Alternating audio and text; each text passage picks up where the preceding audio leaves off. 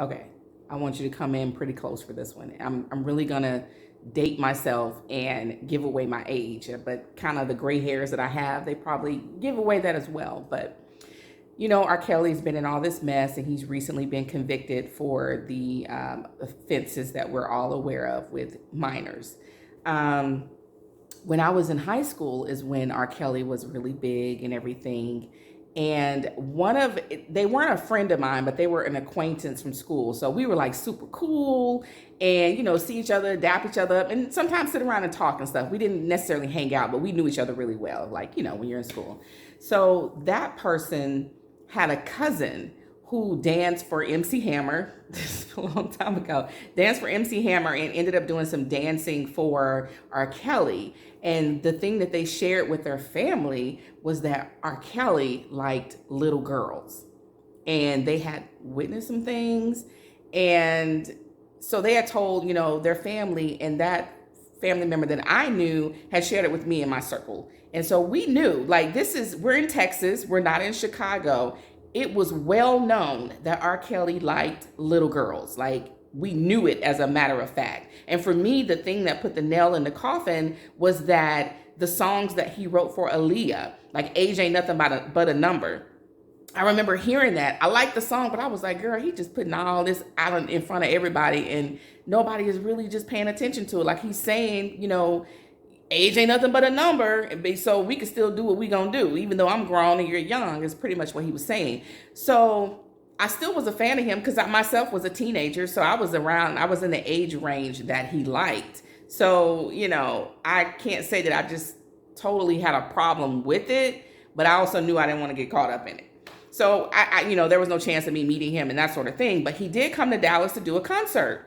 And so me and my friends, we were all like, okay, we got to go to the concert, and da-da-da. And so I told my friends, and this is no lie, I told my friends, I'm going to go to the concert with my mom because R. Kelly like little girls. And my friends was like, girl, for real? I said, y'all, he ain't finna reach in the crowd and get me. Because we knew the stories about what he would do and how he would get girls. Like, we knew all of that. And I knew the people that I knew were credible. So I was like, I know this ain't no lie. Like, and so I know that if we knew at our ages as teenagers in Texas, you can't tell me all of Chicago didn't know. You can't tell me all of the industry did not know, because this is years before this stuff came out. So anyway, I literally went to the concert for R. Kelly with my mom. Okay. And my friends they went together with themselves. And I ran into them, but I was like, I just did not feel comfortable not going with my mom. And yeah, what are the odds he was going to pull me from the crowd? I totally get that. That probably wasn't going to happen. But I just didn't feel comfortable. And I was a fan.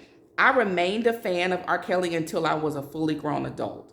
And even before the charges came out and before they had the documentary, I literally stopped listening to his music and everything, because now you look back in hindsight and, your mindset is not the same as when you were a teenager versus being an adult woman.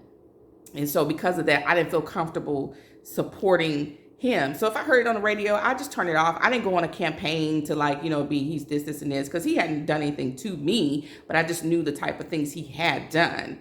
And so then a few years after that, that's when everything came out and just really hit the fan, like the documentaries and then the charges, and so I just still to this day, I always think back on that when I hear something about him, because I know what I knew then and how even at my age of like 15, I refused to go to his concert with just a group of friends. I went with someone I felt could protect me, my mom.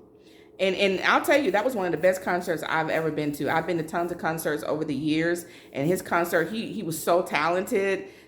He sung opera, he sung jazz, he sung rock music, he sung all types of genres of music, and he played the piano. He did everything you could think of. The man was I was in awe of his skill set. You can say a lot of things by him, but you can't take away that he was a great performer and songwriter. He just had a dark side that caught up with him. And as they say, what's done in the dark, that stuff does catch up with you. But it's what it is. But just want to share my little tidbit on R. Kelly. See y'all next time. Take care.